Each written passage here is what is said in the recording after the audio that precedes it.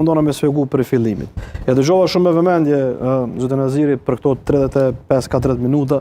Në sens nuk dëgjova kur gjë tre nga ajo që kemi dëgjuar në vazhdimsi në deklaratat e vazhdueshme që ka bërë LDK-ja qoftë zyrtarisht përmes kryetarit të saj apo eksponentëve të tjerë partijak.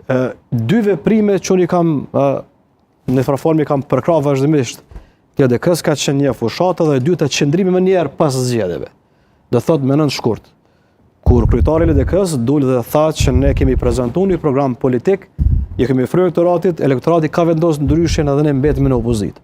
Ky është qëndrim paremor dhe shumë i fortë në subjektin politik, në të cilin LDK-ja ka pas me 9 shkurt, e ka pas me 20 shkurt, me 25 shkurt, derisa fillon me ardh letrat e lëvizjes vetëvendosje dhe atyra ajo konsistenca që po flet zoti Aziri sepse propozoi një qeveri tranzitore. Pra e pa veten në qeveri si opsion për me gjetë zgjedhje. Pra këtu s'mund të flasim për konsistencë se bjen, domethënë bjen më njëherë. Për mua qëndrim është kur ti vendos me mbet në opozitë dhe nuk ka asnjë format tjetër politik që e ndryshon domethënë këtë pozicion.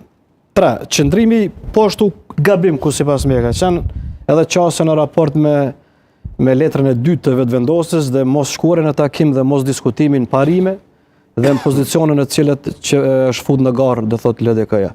Në deklaratë që sapo e bë zoti Aziri se dia keni menduar mirë apo jo, por ju i mbyllet dyert për çdo kënd tjetër që të bëhet kryeministër pas kurtit.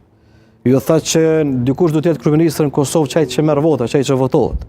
Në esencë mbyllet derën edhe për kryetarin e juaj, që është këtë rast Abdi Xhiku, e mbyllet derën edhe për ata të PDK-s, por në raport me partinë tjetër që është këtë rast AAK-ja. Formacioni politik ose funksionimi politik